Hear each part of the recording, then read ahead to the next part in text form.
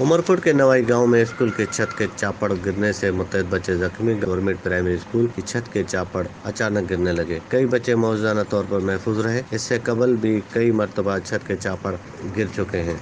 चापड़ गिरने से बच्चे, उस्तादा और वालिदैन में खौफ और हिरास। किसी भी वक्त बड़े हादसे का खदशा पैदा हो गया। मरम्मत करने के लिए बाला ऑफिसरों को कई बार लिख चुके हैं स्कूल टीचर। अहले इलाका ने आला हुकाम से नोटिस लेने का मुतालबा। बच्चों को मुतबादल करके जानी नुकसान से बचाया जाए। अहले इलाका। कैमरामैन के साथ इम्तियाज अली कोसो, 29 न्यूज़ HD उमरकोट।